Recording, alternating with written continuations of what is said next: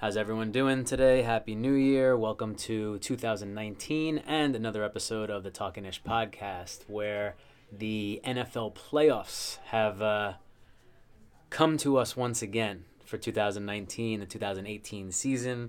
Wildcard Weekend starts tomorrow, Saturday. And for the first time that I can remember, we have four really quality games. Usually you get that early Saturday game that's a TJ Yates versus Andy Dalton, and you're not that psyched. But this year, all 8 teams playing this weekend are somewhat interesting on the low end to pretty quality squad on the high end. We usually don't get that, and that makes for a very entertaining 2 days ahead and a very entertaining few weeks ahead because the field of 12 this year is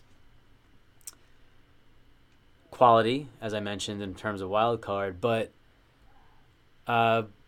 pretty even in the sense that there's not such a huge gap between the best team, whoever that may be, and the worst team, whoever that may be. Anything can happen here, right? That there's certainly no. It's not one of those years where there's one or two dominant teams and we expect those to end up in the Super Bowl. Obviously, the 1s and 2 seeds, the teams with the bye, those four do have an advantage. The last 5 years of the 10 Super Bowl teams that played in the Super Bowl, 9 of them were 1 seeds and 1 of them was a 2 seed. So we're on a stretch right now where getting that bye has, at least in recent history, meant something. This year, I could see that going another way. Ultimately, when forced to make a pick, I don't see it going that way. But there are some really quality teams playing in the next 2 days that have a shot to do something special and win 3, and sometimes even win 3 on the road, and make it all the way into February. Now, how are we gonna talk about this? So, what I've decided to do is run down all 12 teams and my level of confidence in their ability to reach the Super Bowl. And I split it up into tiers. Why am I approaching it this way? It is definitely driven by fantasy football because fantasy is reality. The FFPC playoff fantasy pool tournament contest, whatever you want to call it, is what I always play in. It's what I play in the regular season, and I've been doing their playoff pool since it started, and they force you to pick 1 player per team, leaving 2 teams out. It's a roster of 10. I don't want to go too into this, but you'll get the point in a minute. A roster of 10, and you can only pick 1 player per team. So if you pick Brady as your QB, you can't have Edelman or Gronk or Michelle or White or any of those guys. If you pick Kamara as your running back, you can't have Michael Thomas or Breeze and so forth. So what that does is make you really think about who are you confident in to play the most amount of games, because you want your guys, your studs that you put on that squad for fantasy purposes to play as many games as possible. Which leads me to thinking about, who can really make a playoff run here? Who can run to the Super Bowl? And because that's how you're going to decide one guy over another for fantasy purposes. That being said, the confidence picks for the 12 teams still remaining in this year's NFL playoffs as follows. My bottom tier, I have 3 teams who I am least confident in. We're going from 12 up to 1. The Eagles, the Cowboys, and the Texans. These are 3 teams that I would be... So I don't want to use the word shocked because, like I said, it's a pretty even field this year, and all these 3 teams are all pretty good, right? You can tell yourself a story. But for me, these are the 3 that I would be most surprised if they ended up playing in February. Eagles, on the road at Chicago. Toughest defense. Foles, backup QB, even though we've seen what he did last year and in the last couple weeks. Defense a little banged up. Foles a little banged up. And they did it last year. They were lucky to get in the playoffs. I just don't think they're a great team. And for them to go on the road 3 times against quality opponents, the Bears, then the Saints, then the Rams, I don't think they have it in them. The Cowboys. a little better chance because they host week one, though they're less than 3-point favorites at home, meaning that Vegas and myself believe that they are the worst of the two teams. I think Seattle is a better squad. I think it's 50-50 who wins that game. If I had to decide, I probably think Russell Wilson and Seattle leave there with a W. And Dallas has, I guess, learned to play their style. The offense has opened up since Cooper came back. I just don't see Dak and this defense and this squad getting through this NFC and making it to the Super Bowl. I would just be surprised. Again, could you tell a story where they really slow it down, play good defense, give the ball to Zeke 30 times, and just pound the shit out of everyone in their way? Maybe. I'd just really be surprised if that happens. And the Houston Texans, the 3 seed, and I still don't have any confidence in them, or have the least confidence in them. I think they lose to the Colts tomorrow. But if they do beat Indy, which I certainly could, obviously home favorites, division foe, Watson obviously can make plays, better defense. I think then they go to New England next week and get smacked. So while I love Watson and Watt and Clowney and Hopkins, obviously I just don't. I like the Colts more, and I don't think Houston. I don't think there's enough talent on that team to make it 3 games, 3 W's against this pretty formidable AFC slate here. Next tier, 2 more teams that I would be surprised, and you guys might be surprised because there is some cachet around these two making a run here, and that's the Ravens and the Bears. Similar in that they are pretty clearly the best defense in their respective conferences, right? Baltimore in the AFC and the Bears in the NFC, probably the 2 best defenses all year long in the NFL. The idea that Lamar Jackson as a rookie can first beat the Chargers, a 12-4 squad. Yes, they're at home, but then go on the road twice as a rookie with not many offensive weapons. And listen, as good as your defense is, you're going to have to put up points when you're playing the Patriots or the Chargers or the Chiefs or the Colts if it somehow goes awry and those 2 teams face each other. I'd be surprised if Lamar Jackson and the Ravens were able to do that. On the other side, the Bears, another 3 seed, who I'm kind of discounting a little bit. I think they beat the Eagles on Sunday, and then they go to the Rams. Rams haven't been playing their best football the last month of the season. However, the Bears with Trubisky, again, I just don't see them going to LA and then going to New Orleans and winning those games. Could their defense step up and make one of those type of runs like the 2002, I want to say, Tampa Bay Bucks or the Ray Lewis Ravens team where the offense was just kind of, manning the ship and the defense scored the points even and just made them win? I don't think this Bears team is that good, this defense. Quality, sure. Beat Philly at home, yes.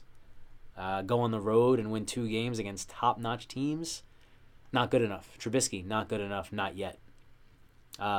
Besides the fact that he'd go up against McVay and Nagy would go up against McVay and Sean Payton. So you're not going to win in the coaching department either, as much as Nagy has proven to be a quality sideline general this year. So Baltimore and Chicago. I would say here is where I kind of draw a line and put those 2 tiers, those 5 teams in their own. I would be surprised if that happens. And now we move up a notch where I'm like, all right, I can tell a story here. And that next group are two teams playing on the road tomorrow and Sunday, and that's the Seahawks and the Colts. Russell Wilson and Andrew Luck. And those are probably the primary reasons why I think they could make a run. To win 3 games on the road, obviously, super, super difficult. I just like the way these teams are playing right now. And I think they have the horses, the system, and especially the quarterback. And on Luck's side, I love Reich as a coach. And on Wilson's side, I like just the moxie of that team and the experience that they bring with them.